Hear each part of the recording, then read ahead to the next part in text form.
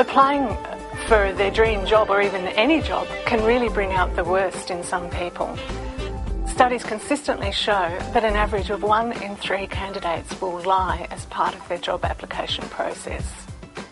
So what are the sort of things that job candidates are going to lie to you about? Step 1 is to screen carefully for your minimum eligibility requirements. This means taking a careful look at the resume and identifying any gaps, even on the most dazzling resumes. If you're impressed by a resume, that's probably even more reason to check carefully. Probably the best way to screen for your minimum eligibility is to use an application form, and this can be either online or a physical form. Step 2 is to check the qualifications with the issuing institution. Candidates can and will fake their qualifications. So it is really worth your time to check, and that is actually your responsibility. My step 3 is to use structured interviews. You're going to use questions that are clear, concise and consistent so that you get the information that is most valuable to you in making the decision about a candidate, and to check that what they tell you in the interview is consistent with what they've told you in their CV. Step 4 is to always reference check. And when you do reference check, make sure you include my favourite question, would you hire this person again? And finally, step 5, be prepared to use personality tests that screen specifically for deception. If you have any doubts at all, this is your best way of checking that you don't hire a candidate who will be deceptive with you, their colleagues, and worst of all, your clients.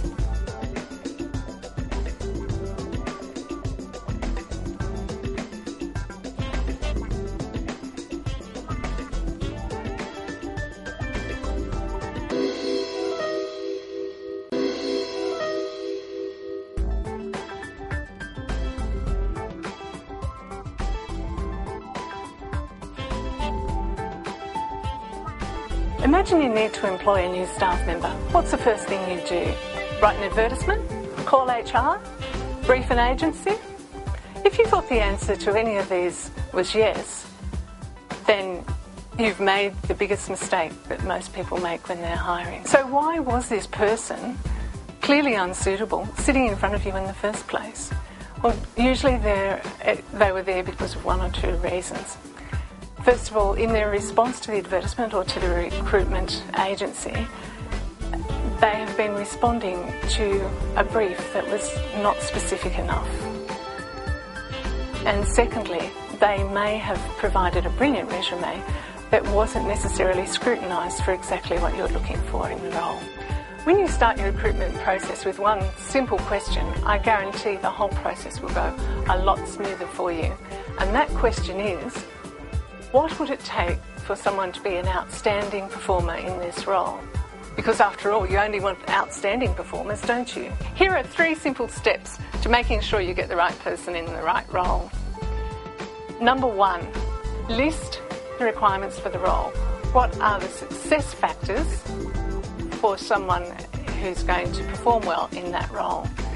You need to list things in terms of their skills, their qualifications, their experience, their interpersonal skills, task and work preferences, work environment preferences, and even interests. Step 2 is now take a look at your list and decide what you can't live without. They're your essential criteria. Take another look at the list and decide what it would be nice to have. They're your desirable criteria. Our third step in the process is to think about what you absolutely can't live with. What would you like to avoid in any candidate who applies for the job? This is what we call your traits to avoid. And one example of that may well be someone who wants to earn a lot of money but doesn't necessarily have the drive and ability to do so. Once you've answered all those questions, and not before, you're ready to go to the market with your requirements. And you could start right now by reviewing your job descriptions so that you can have a more effective and efficient recruiting exercise next time.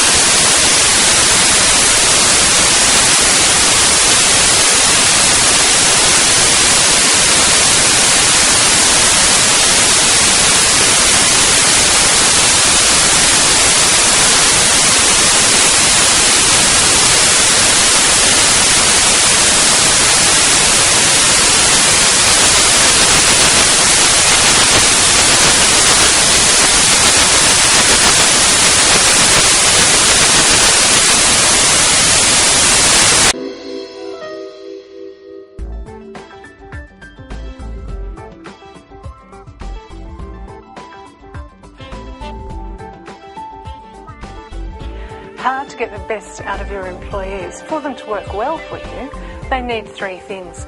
The first of these is something to believe in. How does their job fit into your strategic plan? What's your vision, your goals and your mission? What exactly are you trying to achieve? Your strategic plan is the game plan. That's what they need to know. The second thing they need is knowledge of what they're supposed to be doing. This is your job descriptions, your policies and procedures, your code of conduct, and your overall organisational chart. How do they fit in?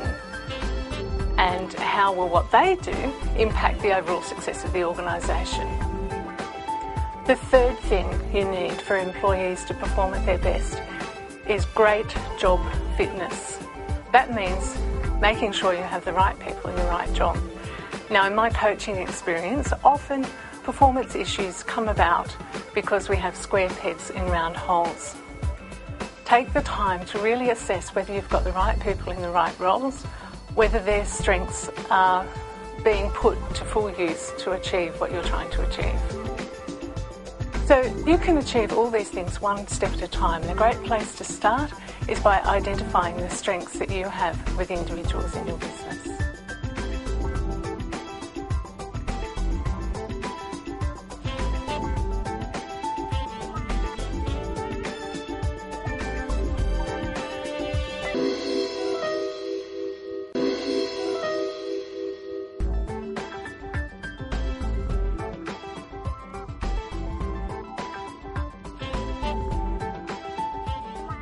Whether you're recruiting directly or using an agency, it's good to be able to know what to look for in a resume. Now, most business people are familiar with SMART goals. I'm sure you remember: specific, measurable, achievable, realistic and time-framed. SMART becomes an easy checklist that will save you a lot of time. First of all, specific. How much detail is there in the resume? Are they talking about specifically the job that they have performed and their achievements? Secondly, measurable. If in the resume they're talking about certain achievements, you would like it to be quantified. For example, increase client base by 20% in the first 2 years. The third thing to look for is accurate. Is the information provided able to be backed up from other sources? Relevant. Is the information they've provided relevant to the role that you're actually trying to fill? And finally, time-framed. You would like to know exactly what they've been doing for the period covered by the resume. Look specifically at start and end dates and at the dates of training, and make sure that everything is taken into account. So simply by using this SMART checklist, you can save yourself a lot of time in looking at resumes and be well on the way to choosing the right person.